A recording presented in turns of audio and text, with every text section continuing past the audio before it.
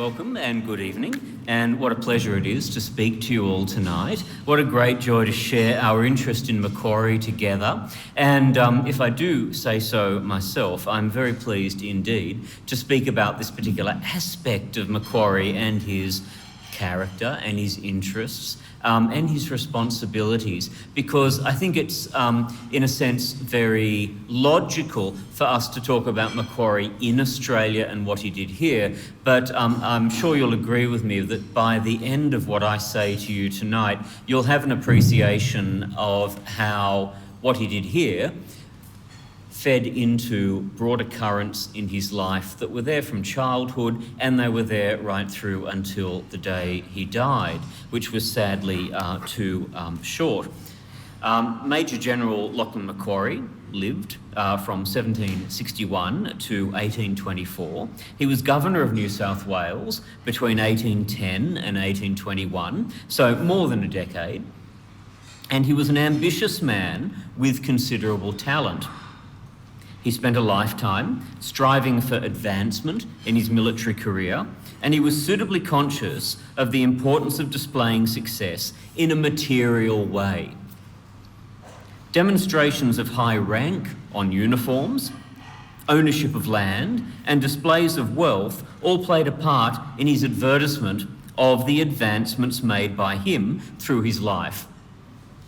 However, there was something in his life he valued beyond any of this, and it was a thing that could not be bought with money or achieved through hard work. Macquarie was devoted to his clan, to his chief, and to his identity as a Scottish Highland gentleman. In fact, more than most things, he worked very hard through his life to make himself a Scottish Highland gentleman and to prove to the world that he had achieved that status. Now, that all sounds a bit odd in terms of Macquarie the egalitarian, in terms of Macquarie the person who gave others opportunity, but these things are not irreconcilable, and I want to argue that they're one and the same in terms of their motivation and origin point. So let me try and prove that to you tonight. Lachlan Macquarie's father is often described as a carpenter. He was too poor even to manage independently on his small farmsteading in Mull. He had to share it with a few other people who were either family or codependents. This might be true, that he was a carpenter, but young Lachlan received an education that was on par with that given to the sons of his chief and his neighbour on the small island of Ulva. So part of the story I'm telling you tonight is about Lachlan growing up in tandem, in parallel, with another story that we don't know so much about. And that story relates to the gentleman you're seeing here, who was the 16th and last chief of the Macquaries.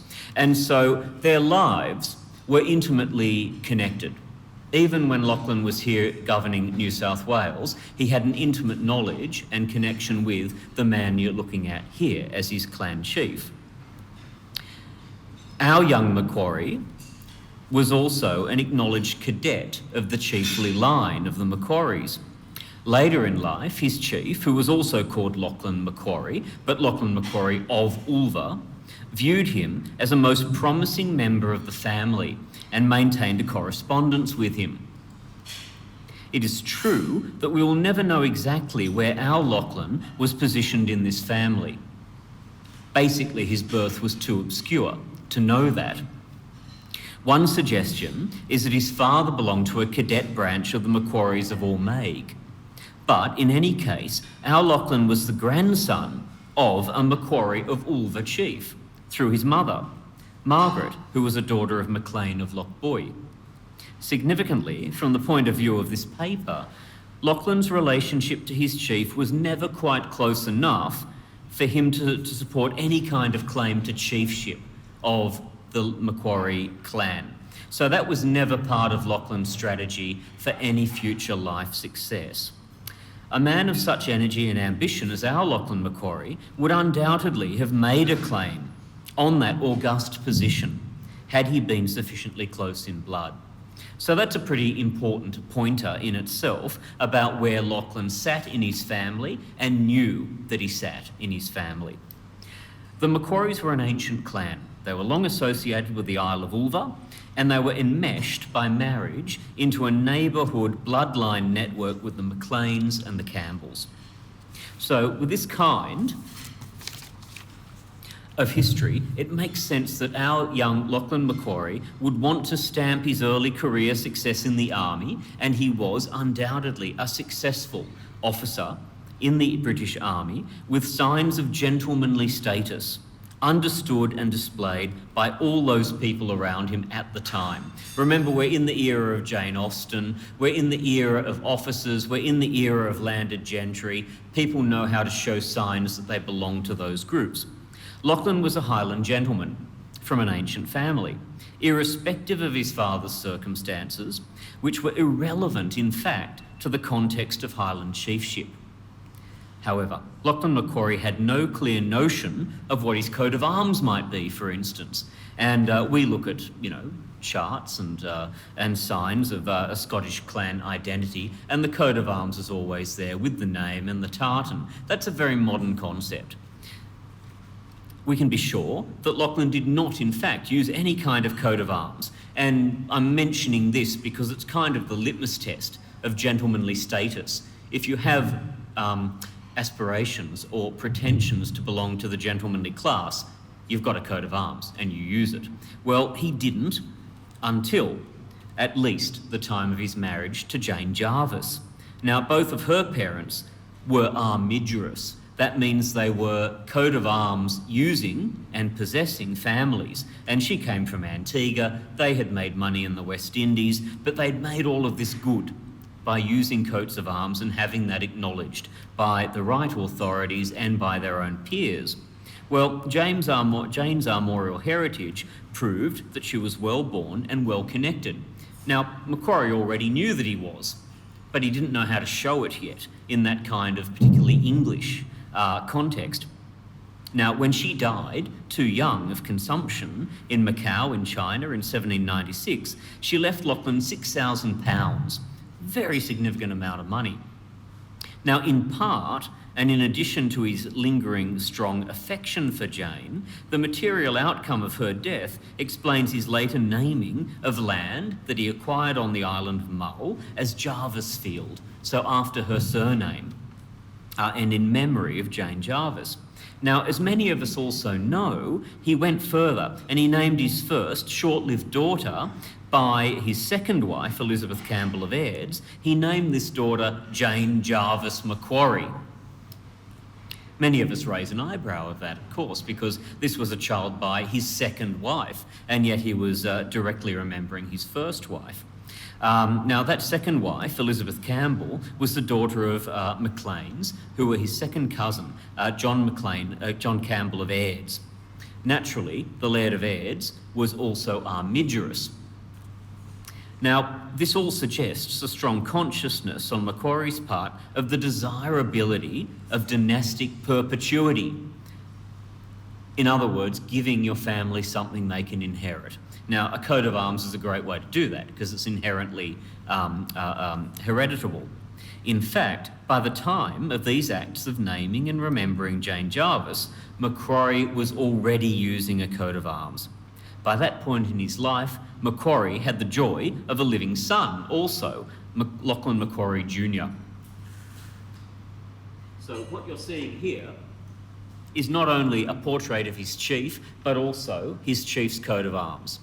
So that's significant because you're going to see the coat of arms that Macquarie ends up using, and it's startlingly similar, almost impolitely so.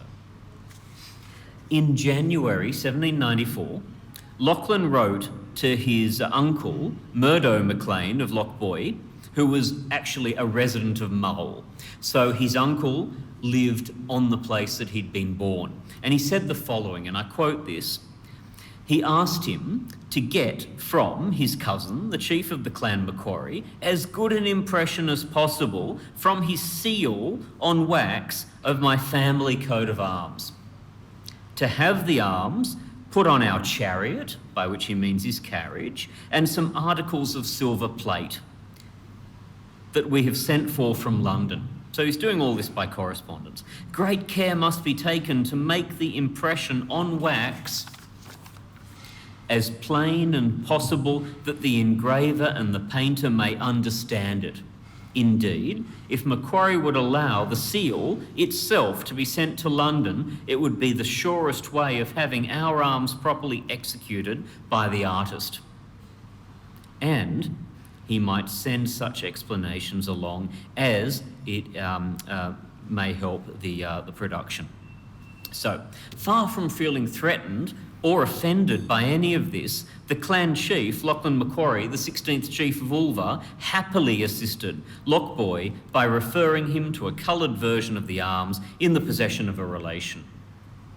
He added that the motto is Turris Forti Mihi Deus, which in English means God is my strong tower. Although we will never know Macquarie's exact relationship to his chief, the question is rendered null and void by the fact of his chief's acknowledgement of him as a near cousin. It is clear that Macquarie's chief was highly encouraging of the idea that the successful kinsman should make use of a version of the arms, thereby adding lustre to the clan. So there's so much going on here. There's clanship. This is before the era of fixed Scottish clan tartans. And yet exactly the mindset which lies beyond all members of a surname wearing the same tartan is present here in this story. Okay, so this is a wonderful illustration of where Scotland is at in the early 1800s, before all of that Victorian romanticism of clan tartans comes into play. Now, the Macquarie chief was actually landless after the sale of Ulva in 1777. He was a bit of a wastrel. He lived a disordered life, this chief, but he was still the clan chief, and Macquarie always acknowledged that. However, this chief maintained to his dying day a great pride in his ancestry and the status as head of the ancient name and arms of Clan Macquarie. Now, our Lachlan Macquarie was one of the last members of the clan to be carrying forward any sense of pride in that clan and achieving at a very high and internationally renowned level. So that gives you some impression of why the chief was so keen for Macquarie himself to be using these arms. Upon becoming Governor of New South Wales, our Lachlan Macquarie took pride in the seal with my arms, which he carried with him and used for the rest of his life. Now, behind me here, you're seeing 4 separate productions of our Governor Macquarie's arms in use, all of them produced when he was governor here in New South Wales. In fact, most famously, the wooden version of the crest, which is the bit that goes on top of the coat of arms, is preserved at Macquarie University in the so-called Macquarie chair, which is a heavily carved big oak, I think, maybe cedar, chair that's upholstered in kangaroo hide. It's wonderfully redolent of Australia, and yet here it is stamped with Macquarie's crest on top of it.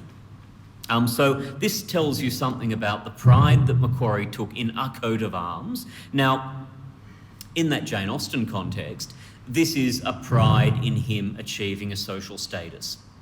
But in a Scottish context, this is him honouring his chief and his clan name and all of his clan ancestry. So there are several different parallel understandings of what's going on here. In other words, I'm at pains to say this is not snobbery, pure and simple. This is a much more complex and sophisticated thing that you're seeing happen in all of these images of Macquarie using our coat of arms. And I've called this paper Macquarie the Dynast because coats of arms are hereditary, they're inherited. And that's an important part of the story that I'm about to highlight to you.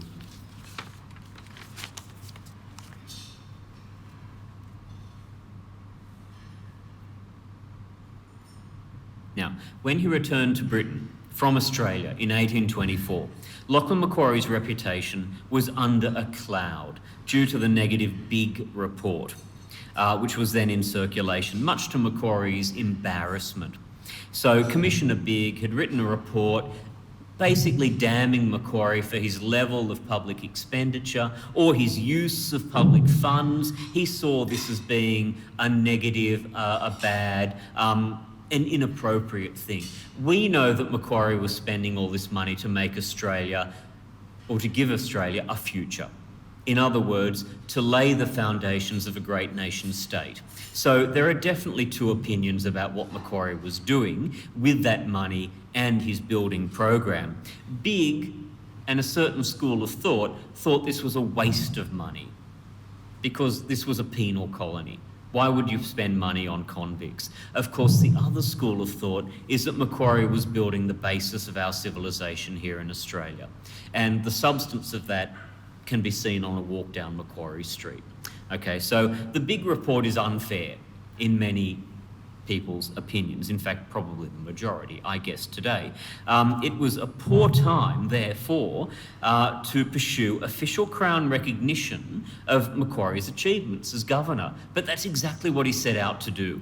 And so my argument is that not only did he have a strong consciousness of where he came from in a clan sense, he also had a strong demonstrated knowledge of the importance of using a coat of arms. He also had very clear ambitions for the future, not only of himself personally, but of his family into the future. He not only wanted to do something good for Australia by that building program, he also had a personal program that was individual to his family.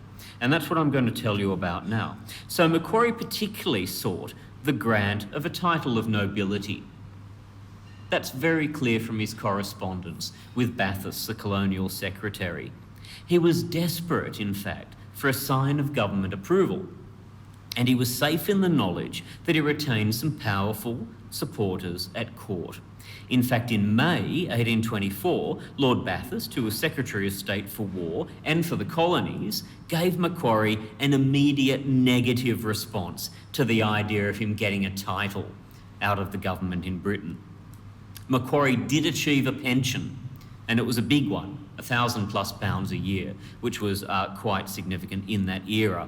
Before anything more could be achieved, however, he died at the age of 62 in London.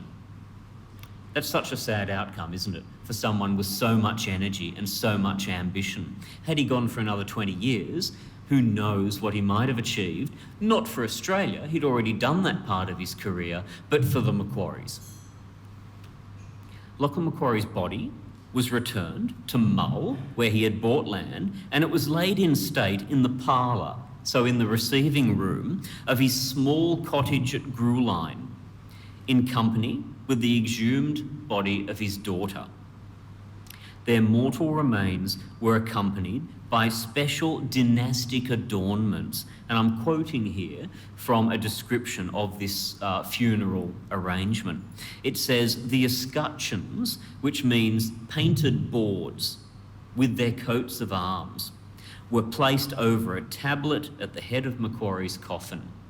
This is the sort of thing that the landed aristocracy throughout Britain were doing in this era. So here's Macquarie dying, here's Macquarie achieving very significant things in his life, and this is the end point.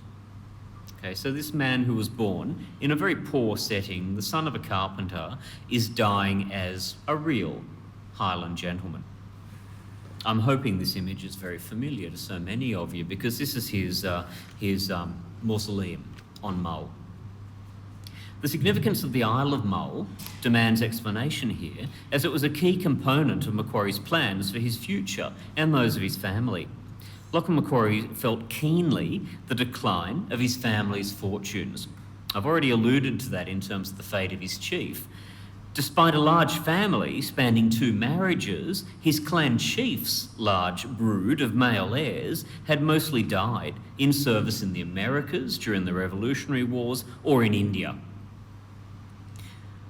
His last clan chief, Lachlan Macquarie, the 16th chief of Ulva, is often accused of financial mismanagement, and his Maclean relations were damning in his own lifetime in their assessment of how he'd handled his clan and his money.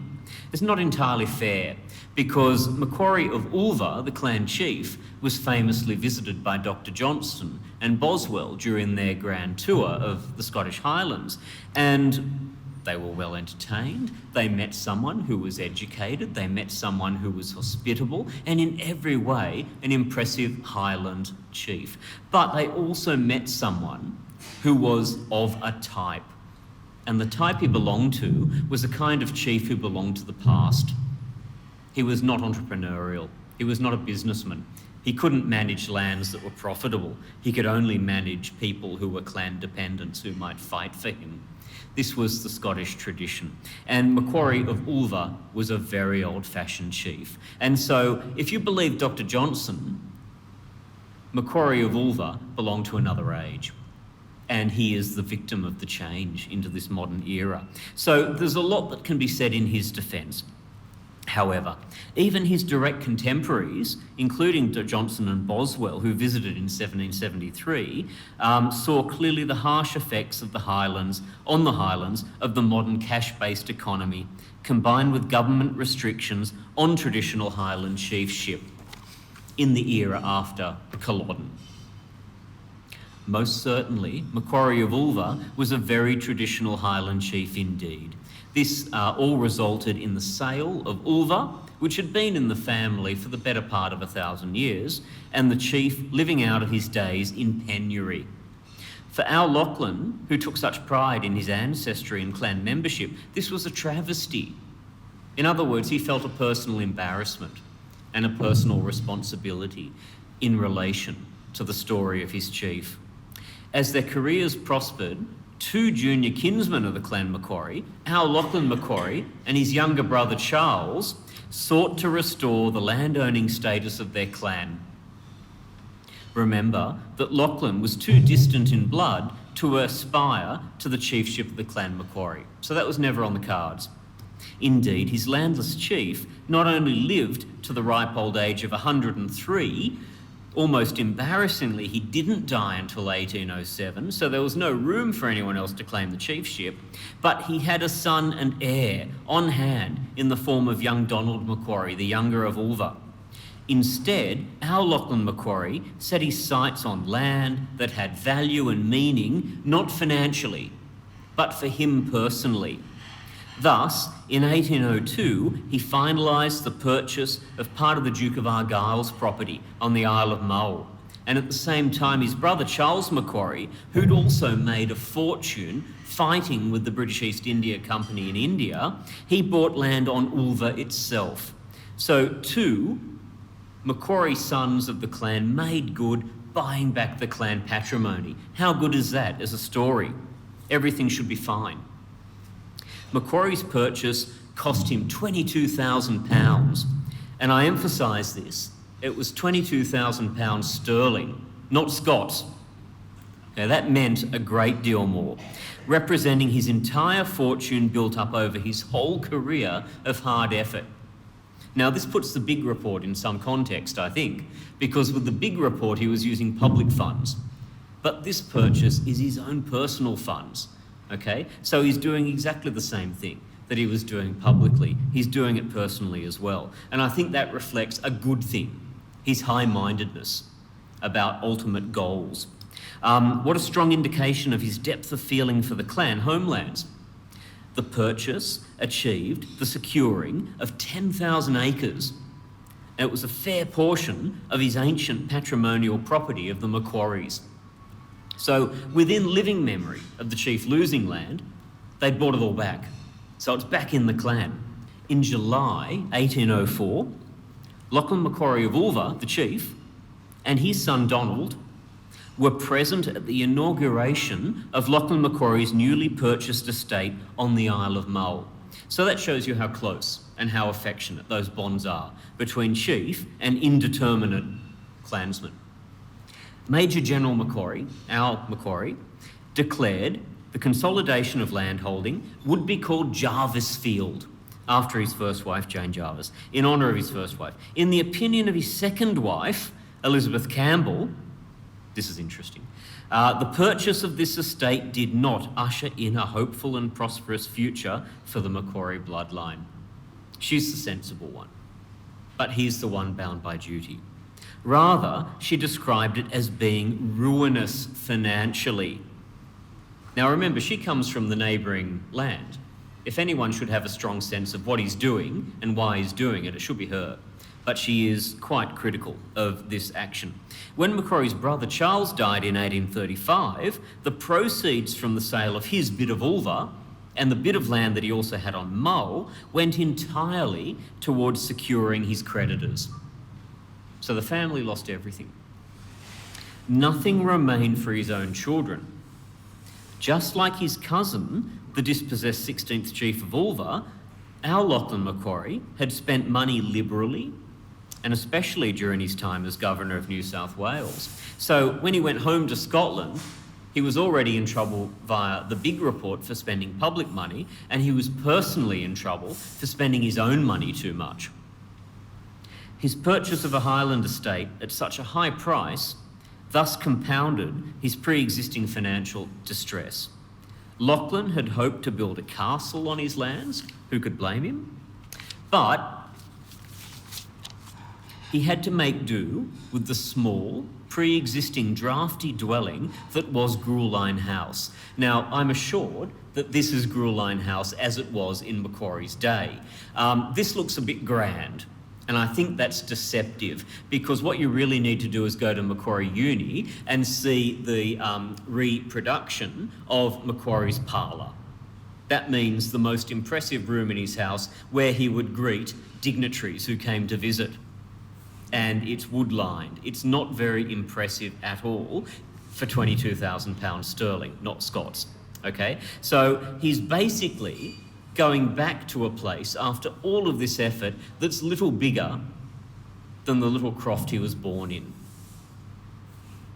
Elizabeth Campbell's pessimism took longer to eventuate than she actually predicted, because the aspiration to revive the fortunes of Clan Macquarie did not in fact die with our governor in 1824, or in fact with the passing of his brother Charles in 1835. In fact, Lachlan Macquarie Jr., his son, was only 10 at the time of his father's death. So there is a potential future here to this story. But his subsequent life proved he had taken note of his father's inclinations in regard to dynastic ideas.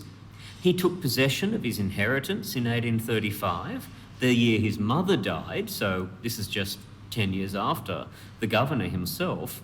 And the following year, he followed local family tradition by marrying a distant cousin, who was a Campbell, Isabella Hamilton Dundas Campbell of Jura. Now, Lachlan Macquarie Jr. died just 10 years after that, again in 1845, at the young age of 31. He was not made in the same mould as his career-driven father. We have to admit that. And even the old last clan chief of Ulva might have looked askance at the lifestyle of young Lachlan Jr. Childless, Lachlan Jr.'s death marks the actual end of all of the hopes that our governor had for the future of his clan and his own cadet branch of that clan. That's rather sad. But there's a bit of a story to tell before young Lachlan Jr. actually dies. So Lachlan Macquarie Jr. was not the last of his bloodline. In fact, he had a cousin, Charles Macquarie, who was the eldest son of his uncle Charles. This is our governor's younger brother and nephew. And he contested the will of Lachlan Jr. because Lachlan Jr. did an odd thing. When he died, he was still in possession of all of these lands on Mull that Governor Macquarie had bought. But he didn't give them to a Macquarie. He gave them to Viscount Strathallan, who was a childhood friend. This challenge to the will was unsuccessful, and the Jervisfield estates were lost. Now, this suggests that Lachlan Jr. had little regard for his patrimony or for his father's efforts in building it all up. But I'm not sure that's true, because at some point in his brief life, Lachlan Jr. at least flirted with the idea of asserting that he was in fact the clan chief. And you're seeing the evidence of that behind me here. This is a bookplate that was in some of the books in his library in the Jervisfield estate. And you might notice there's an odd couple of things on either side of the shield. Now, those are supporters. And in the British instance, unless you're a member of the peerage, unless you're a Knight Grand Cross of an Order of Chivalry, you don't get supporters. The only other way that you could get them is by being a Scottish clan chief. And so here he is actually using them. And even worse, they're the same supporters that Macquarie of Ulva, the actual last clan chief, did use on his coat of arms. So you see where I'm going here, don't you? Young Lachlan Jr. claimed to be Macquarie of Macquarie, the clan chief, and he even insisted that people call him that. Now, I don't think that comes out of nowhere, and I don't think that comes out of his own strange personality. I think that comes straight from Governor Macquarie, because these are the messages that he might have received, garbled, perhaps, because he was only 10 when his father died, but certainly these are the messages that he grew up with. The story doesn't end there. And one of the remarkable things about Macquarie the Dynast is that Macquarie has an ongoing resonance here in Australia that is quite beyond anything he might have expected. So remarkably, even though Macquarie's direct bloodline ended, his armorial bearings have continued to live on. No member of the Macquarie kindred ever matriculated arms with the Lord Lion King of Arms. That's the person in charge of all of the heraldry in Scotland, and he's got a lot of power. So he can make you stop using a coat of arms if you're not using it properly. He can make you stop using it if you don't have a right to it. No Macquarie ever went anywhere near this authority, like many Highland families didn't ever go near this authority. However, in 1967, our own Macquarie Uni approached the Lord Lion King of Arms and said, let's matriculate. That's the word they use. Let's matriculate. In other words, let's get on record a version of the Macquarie family arms in favour of our governor, Lachlan Macquarie. So what you're looking at is Lachlan Macquarie's coat of arms. But it's a coat of arms he never knew. It's a coat of arms he never used. It's a coat of arms that he probably would have disparaged or refused to acknowledge. Isn't that odd? So 1967, so long after his death, here he lives on. And he lives on in name in Macquarie Uni. He lives on in a real sense in the Scottish historical records, in a heraldic sense that you're seeing here. The arms recorded in 1967 are not attractive. That's a personal statement, but some of you might share it.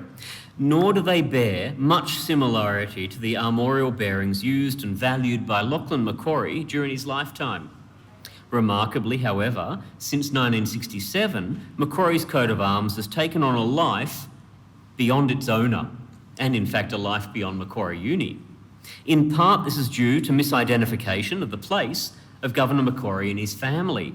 So, for example, if you look at Wikipedia, the entry misidentifies our governor as the direct son of the last chief of Ulva. That's not true, but the internet says it's true. Wikipedia even goes further and it gives an example of Lachlan's 1967 arms as being the arms of his chief. So this is really quite garbled.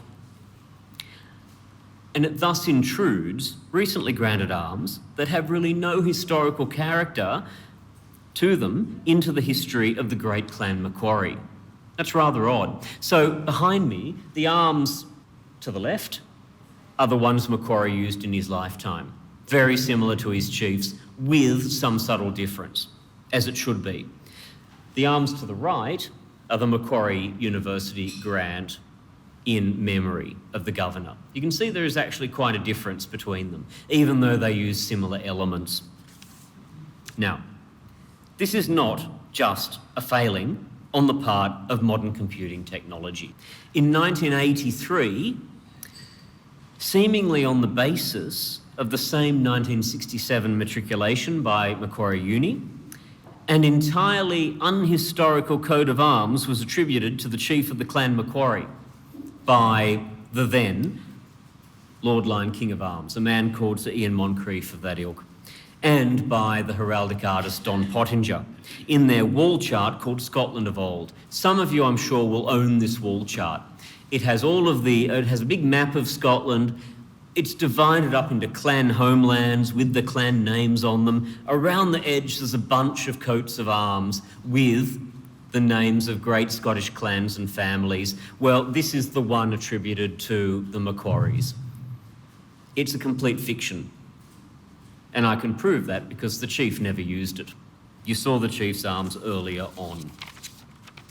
So, to finish up, given all of this, it's actually rather pleasing that a plaque recently erected at the north end of Hyde Park in Sydney in 2013 to accompany Lachlan Macquarie's new statue accurately represents Macquarie's armorial bearings as he used them in his own lifetime. That's the copper-coloured thing you're seeing on the other side. Those are Macquarie's arms.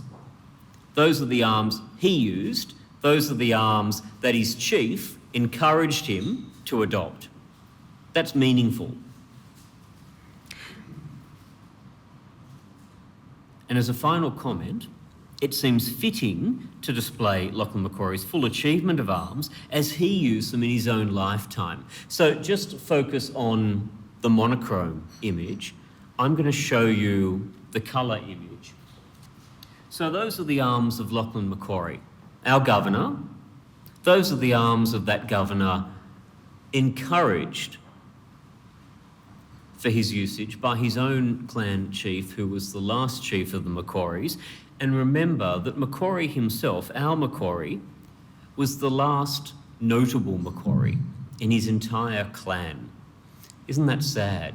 We have the story of Macquarie, Lachlan Macquarie Jr. We've even got the story, and you can find this online, of the bloodline of his brother Charles and his descendants, because they've got an Australian story as well that gets caught up with the gold rush later on. So the Macquaries don't go away.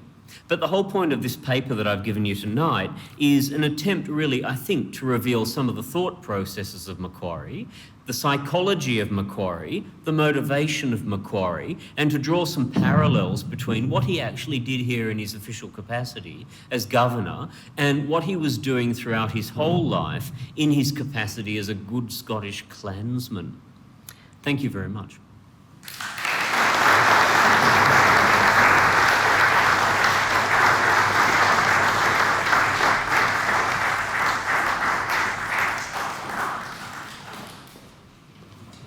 Thank you, Matthew, for tonight outlining the whole thing. And so I'd like to ask you, ladies and gentlemen, to thank our speaker for his wonderful talk in the usual way.